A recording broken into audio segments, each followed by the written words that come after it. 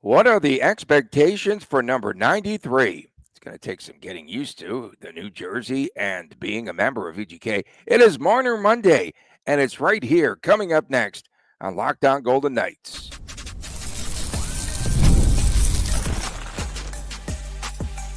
Your Locked On Golden Knights, your daily podcast on the Vegas Golden Knights, part of the Locked On Podcast Network, your team every day. Hi again, everyone. Tony Cardasco and Chris Golick from Las Vegas. Thanks for making us your first listen each and every day. And please subscribe to our Lockdown Golden Knights YouTube channel. I'm a sportscaster, a marketing consultant, and the host of the Believe in Vegas podcast. And Chris, huge wrestling fan, owner of Silver State Cards and Sports, and the collectibles editor for the Hockey News. Coming up ahead today, in addition to Marner Monday, Team Canada has an orientation for some of its players, potentially Olympians, and hockey is for everyone with money. We are brought to you today by Monarch Money. Monarch Money, go and make sure that you hit up monarchmoney.com and use the promo code LOCKDOWNNHL. You'll get 50% off of the first year. On today's episode, Chris, we dig into some of the expectations for Mitch Marner and what they are going to be like. And expectations are off the Richter, as they say. They're pretty much sky high. Past 4 seasons in Toronto, Mitch Marner, Marner Monday, has had no fewer than 26 goals and no less than 62 assists. A career high in assists this past season with 75. Do you have any totals on points that maybe perhaps we should go over or under on? I like 95 and a hook as a reasonable expectation. I mean, 100 points would be awesome, but there's more to it than that. I mean, a 100-point pace maybe is a better way to say that. If he can play 82 games, that would be remarkable. My stat line that I put down, I got 5 measurables here. I put down 80 games played, 95 and a hook for points, 10 power play goals, 25 power play assists, and top 5 in the Selke voting. I think if he can hit most of or all of those measurables, then the Golden Knights will have value for that $12 million investments in their first season with Mitch Marner. I don't think you have to go very far to look at a number. 93 or 92 and a hook is jersey number, for crying out loud. That's fine too.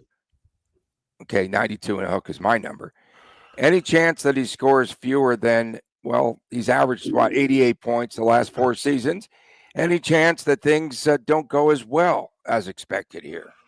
Well, so it's not just about Marner's points, number one. It's about the team results, and it's about the Vegas Golden Knights competing for and ultimately winning a Stanley Cup. That's number one.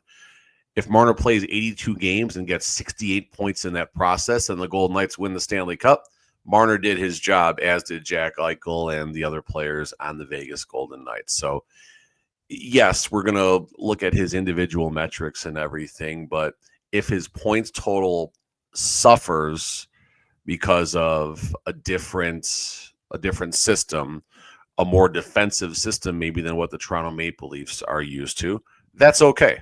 That is 100% okay. Yes, we're talking about Marner's expectations, but at the end of the day, it's about the team's expectations. And really, it's and I think this is our napkin too. Really, it's Stanley Cup final or bust. It really is. Yeah, that's very high expectations here. And, last night, it is the dog days of summer. And so I started to watch a YouTube clip of the final presser for Mitch Marner in Toronto, when they're cleaning out their lockers and such. And he's talking about consistently about putting a ton of pressure on himself. So this is a self-motivated guy, and he should shatter 93 or 95 and a half. Again, based on what this new system is. Because if they're allowing him more freedom to shoot the puck, they want him to put the puck on net, could wind up in being a big season for Mitch Marner. The system is winning. Let's make sure we don't get that mixed up. The system is winning at whatever cost that is. And if that's Marner putting up 115 points or 64 points, the goal is winning. End of story. Jack Eichel, rookie season, 56 points, follows that up with 57 points, but in 61 games. 64 points in 67 games the following year, goes 82 points in 77 games, 78 points in 68 games in 2019-20. And then now comes COVID and his injury where his points plummeted a little bit. First full season with the Vegas Golden Knights, 22-23, which also is when the team won a Stanley Cup. Eichel, I say only had 66 points, 67 games, so about a point per game pace, but his overall points total still drops a little bit. His points per game production is about where it is, but point being is it doesn't necessarily matter at the end of the day what individual numbers we're going to put on Marner. Yes, 95.5 points sounds very nice. 35 points on the power play sounds very nice. And I think in all of this, honestly, the top 5 in Selke voting, I think that is extremely important as well for a team that is going through some pretty big changes on the defensive side, which also will impact the penalty kill and the goaltending. So you put all this in a big bucket here. I think that's what would lead to success for the Vegas Golden Knights and Mitch Marner, or Mitch Marner and the Vegas Golden Knights, however you want to slice that up. I know I have seen a lot of tweets, a lot of posts from the Toronto fans about they're saying Marner is not very good in 5 versus 5. But you can counter that, right? I think you pulled up the numbers before the show, and it's not so bad. It's actually really good. I mean, about 60 some odd % of his scoring is in 5 versus 5 at even strength. Listen, I don't care what people say, and I don't even care what his stats are. I'm looking on Hockey Reference right now. We're talking about someone going back to 2018, 2019, who has had Selke consideration. 14 points, 33 points. I don't know how close he was to winning the Selke in 1920, but 33 is a pretty large number as far as the way the votes get tallied and everything. And then consideration every season. So don't tell me he's not good 5-on-5 when he's getting the Selke consideration. Now, Selke consideration also is more on the defensive aspect. So I get people will make comments about his scoring, but I mean, let's look at just a random season. In 22-23, Marner played 80 games. He had 99 points. In those 99 points here, all right, let me get the clicker out here so I can see this closer. He had 41 even strength assists. He had 17 even strength goals. So that's 58 even strength points out of 99. That doesn't sound like a terrible number. 42 even strength assists in 21-22.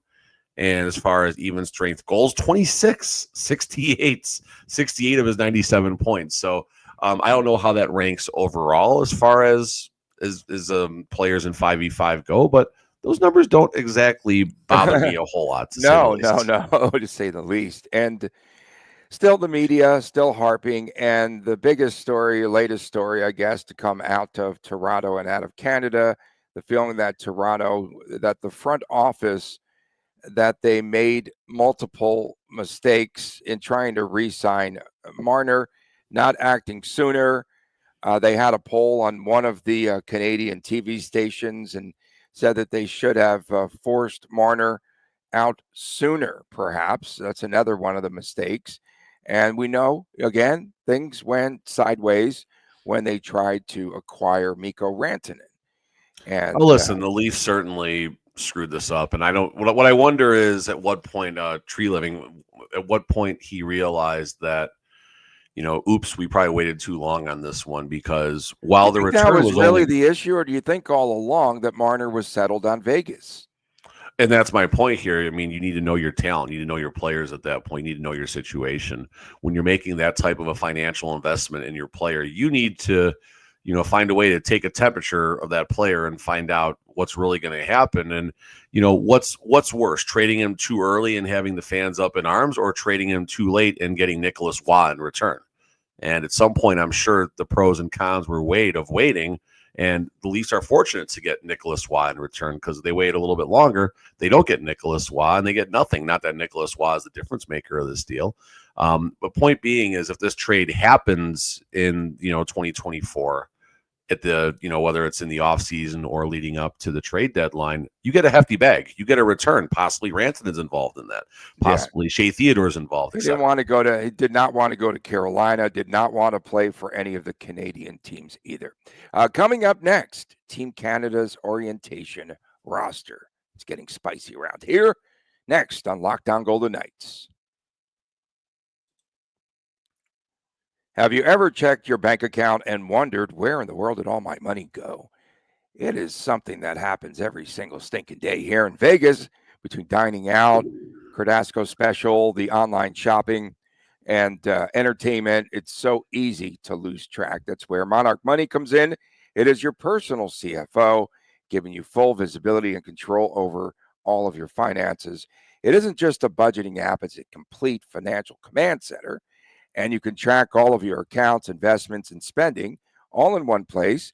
So you just stop managing your money and you start to build wealth. And instead of juggling multiple apps, you can use Monarch to check your finances. Again, you can track all your spending and you could start to plan your long-term goals. So take control of all your finances today with Monarch Money. Monarch Monday. I knew I was going to do that today. It is Monarch Money. Use the promo code LOCKDOWNNHL. Don't laugh at me, Golick. I am. MonarchMoney.com. You'll receive 50% off of your first year. Again, go to MonarchMoney.com. Use the promo code LOCKDOWNNHL, 50% off of your first year.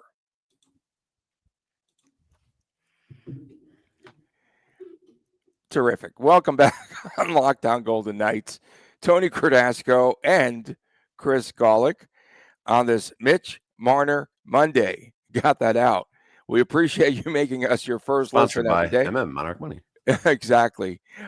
Make sure that you subscribe to our Locked On Golden Knights YouTube channel.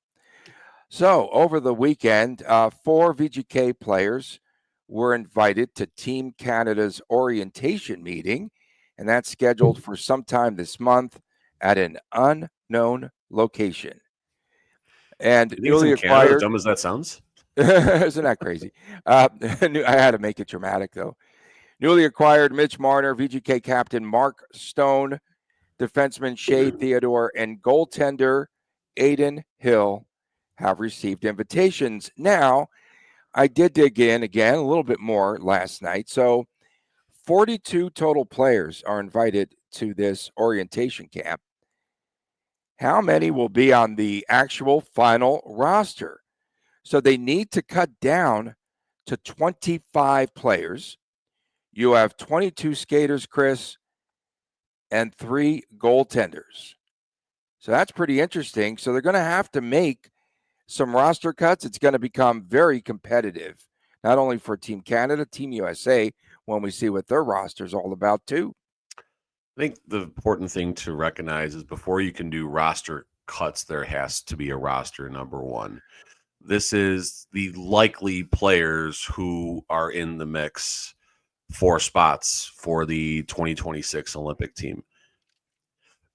Nothing at this point is going to be set in stone. This is, again, anyone, skater, goaltender, I don't know about coaches, but skaters, goaltenders, if someone earns their spot in, they're going to get that consideration right now. I think that's probably the important thing, the important takeaway right now as far as this orientation goes.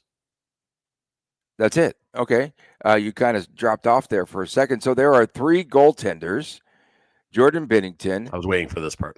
Well, I have to build up to it a little bit. Adin Hill, Sam Montembeault, and Dan Holme went in on Locked On Capitals.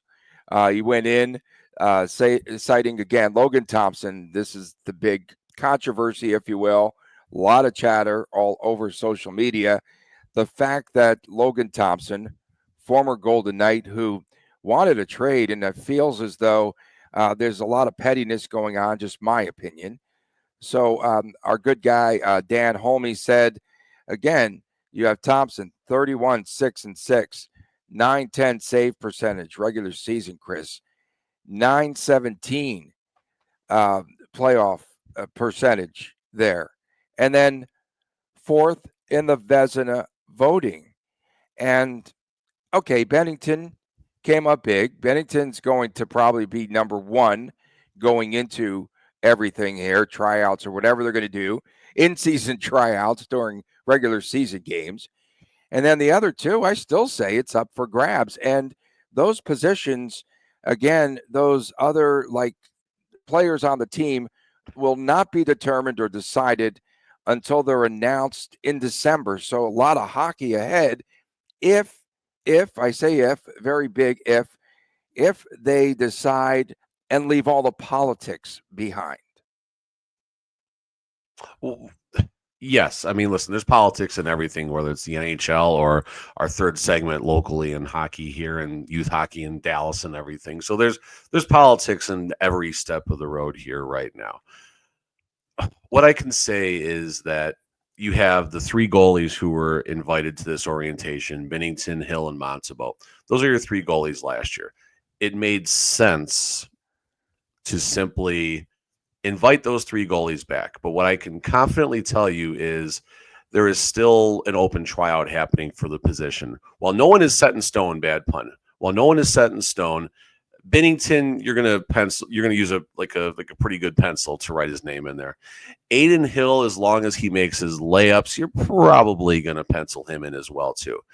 The third spot, in my opinion, is the one that is wide open right now.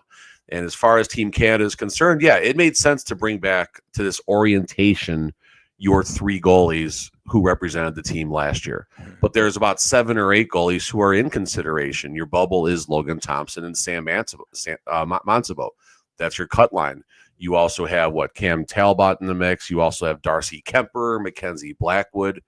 Every one of these goalies is in the mix for a possible chance of representing Team Canada in the 2026 Olympics. I wonder what goes on at this orientation, PowerPoint presentation. Of course, single players, men in the Olympic Village gone wild. They have to, of course, give some warning signals there for players and such. And yeah, just what the experience might be like. Of course, Bruce Cassidy can tell them about the hot spots. He played in Italy there for 3 seasons. So I'm just curious what they're going to talk hot spots. If anything, people learned about Team USA. What was that, 96? Chris Chelios doing karaoke and drunken karaoke the day before a game and getting blown outs.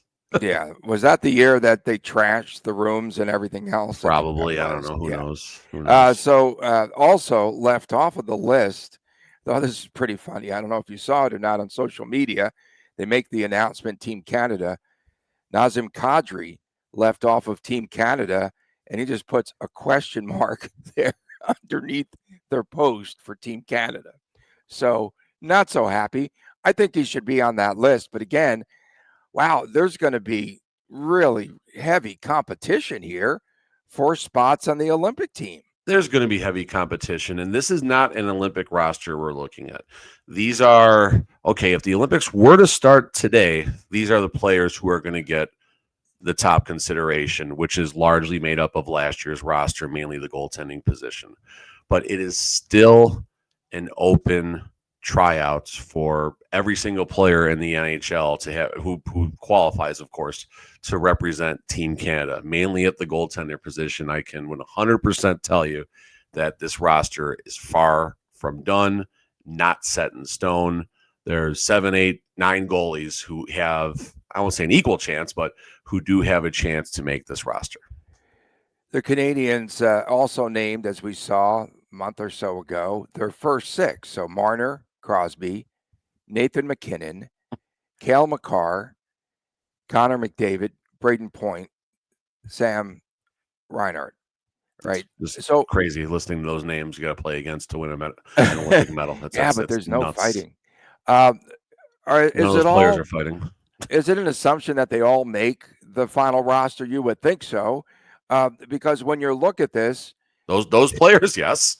So they're all, and again, based on health and what have you, those 6, they make the roster. Only 16 more spots available. That's how competitive it's going to be to play for Team Canada. And this is the first trip to the Olympics in a decade plus. I mean, it's very competitive, and it should be competitive. And This is exciting. Four Nations, I mean, fluff exhibition match, fine, whatever, but this is exciting. Again, we got concerns about what happens after, but this is exciting, and it'll be fun to watch how the goalie tryouts go for Team Canada. In game during NHL games, by the way. Coming up next, could VGK run into some issues like they're having? Blues got it tough next year. They're going against a lot of possible good goalies this year, huh? The Stars are controlling the ice in Dallas, and we're seeing something similar here. We'll talk about it next, right here on Locked On Golden Knights. Welcome back on this edition of Locked On Golden Knights. Tony Cardasco and Chris Golick reporting from Las Vegas. Did you watch, what was it, SummerSlam? Was that your big deal this weekend? Yeah, that was fun. That's it? That's all your only fun. report? Did Brock Lesnar come back? Makes a return. John Cena has one of his best matches of all time against Cody Rhodes, and I thought he retired this guy. Crazy cash in with Seth Rollins faking an injury. All sorts of fun, Tony. All sorts of drama. So, okay, I saw something where Lesnar is he's suing WWE. I have no idea what's going on. That's all. Gotta love wrestling, but yeah. Okay, if this Cena gets what John Cena gets what John Cena asked for, and he asked for Brock Lesnar. I can tell you that much. Okay, if this sounds familiar, Chris, it is. It does. USA Today had a story about the Dallas Stars controlling all the ice in Dallas. The story said that if you speak out against the Stars because they control all of the ice, you're going to face some retaliation. Sorry, but this sounds also familiar. The publication spoke to 100 plus parents, coaches, players, etc. And right now, the Stars own the Metroplex, and in turn, they can control the pricing. And so pricing, you could pretty much charge what you want.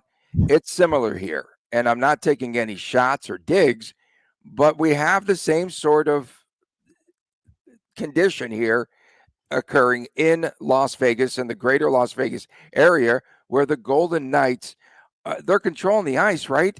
Not only that, Chris, but I've had several parents that I've spoken to, not 100 plus, but the parents are telling me that it is so political to get their kids even to play on teams, because sponsors that have a lot of loot, their kids are going to go to the top of the class.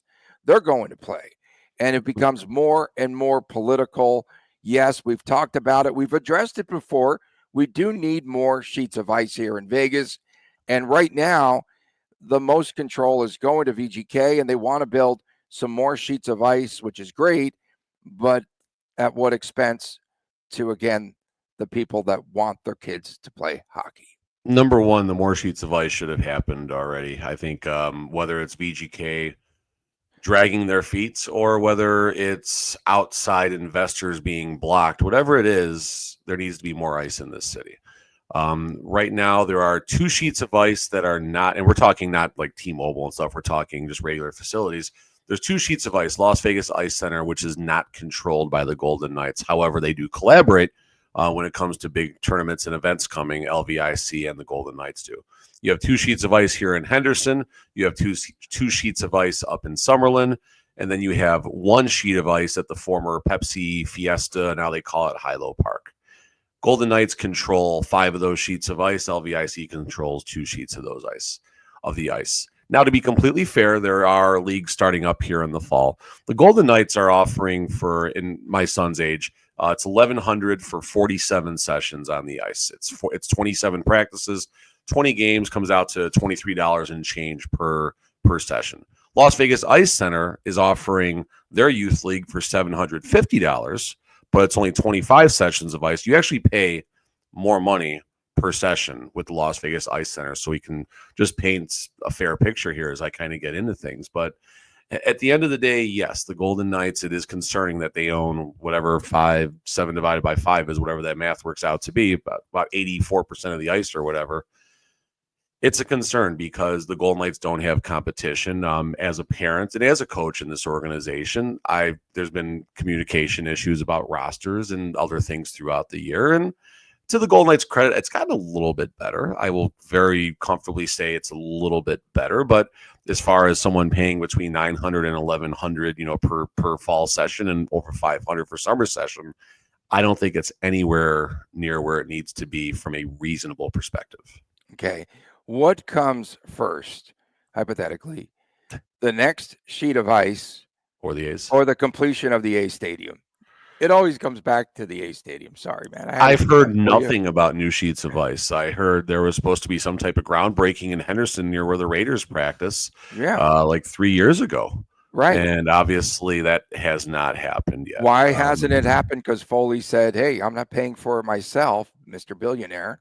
I'm going to make sure that, we get some funding from the local towns. What the question that I have is, I'm sure there's at least one or many groups of investors who have identified the growth of hockey from 2017 to present time. I would be absolutely and utterly shocked if multiple investors have not approached politicians or whatever the process is to opening a facility in Vegas, an ice facility for youth and adult hockey and everything in between, whether it's 2 sheets of ice, 1 sheet of ice, or a mega complex with 3 or 4 sheets of ice. You can't tell me these conversations have not happened. You can't tell me that someone with money who has the ability to say, I want to build ice in Vegas starting tomorrow. What's the process? I have all the money. I have everything lined up. I will do all this. I just need to go buy this plot of land at the old Fry's Electronics Center in central Las Vegas by Town Square, but I need whatever the permits are. This is where I do wonder about the internal politics of outside competitors being blocked internally by the Vegas Golden Knights. I'm sure there's plenty of that going on, of course. And again, you can't tell me there's not investors lined up to bring hockey to Vegas. It has to be a cash grab. It has to be. I mean, some of the spots, again, they were talking about North Las Vegas. They're at the hotel on the 95, the old Stations Hotel. Well, Fiesta, it's there. It's there, Hilo Park. So are they and building? Supposedly they're expanding that, but we'll see. Correct. That's been at least a couple of years in the making. The spot of the old Fiesta there in Henderson. Oh, no way. They're building a huge complex there. Sometime it's not going to happen because that's too close to America First, unless it's VGK controlled. Okay, well that could very well happen. Paying into that, right? And then entertainment complex is a major snag also. Now you deal with this all the time. The scheduling, you really have to fight for ice time, right? Yes and no. I mean, once you have your youth hockey lined up, your schedule is pretty set in stone. When I was officiating the games, the biggest issue was, the beer league games. Your first game of the night starting before 9:00 and not getting out until after midnight, which is tough on the officials and the players and everything. But to be fair, they're adults and they signed up for it, so I get it. You have Elevate Vegas, which is about a quarter sheet of ice facility now that's in central Las Vegas by Decatur and 215, offering at least an opportunity for players to practice, but it's not really reasonable priced at $50-$60 an hour when you're on the ice with 15 other kids. And at the end of the day, with the growth of hockey in this town, all we hear about these numbers, it's grown 250%, it's grown this, it's grown that, all these wonderful stats come out. And the Golden Knights are doing great at putting on, ball hockey clinics in random places throughout the town. But at the end of the day, if no one from the outside is allowed to come in or willing to come in because of internal politics, Foley needs to step up his game a little bit. There needs to be a better investment. I know it's hard to say because I live in Henderson, where I have seen an entire district be transformed by the Golden Knights in a very positive lights. Sure. But why not do this somewhere else? Why not do this in 2 or 3 other areas of town? How many more sheets of ice do you think is needed, like right now? 4 to 6. 4 to 6. 4 to 6. 4 to 6, and that's still not going to be enough. Okay, let's say little Chris wants to get out there, wakes up in the morning. Hey, Dad, final week before school, I want to go and skate. Can't do that, right? You can't. Yes and no. So I would look. First thing is look at the open skate schedule at the rinks, see what's available.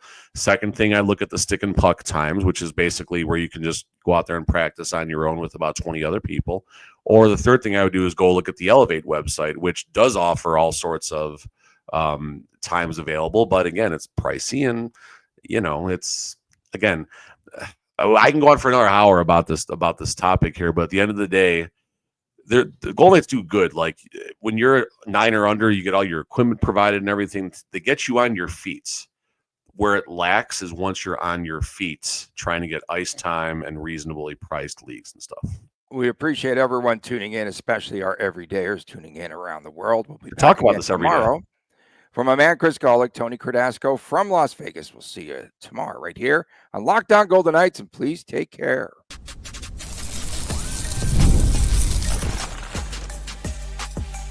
Your Locked On Golden Knights,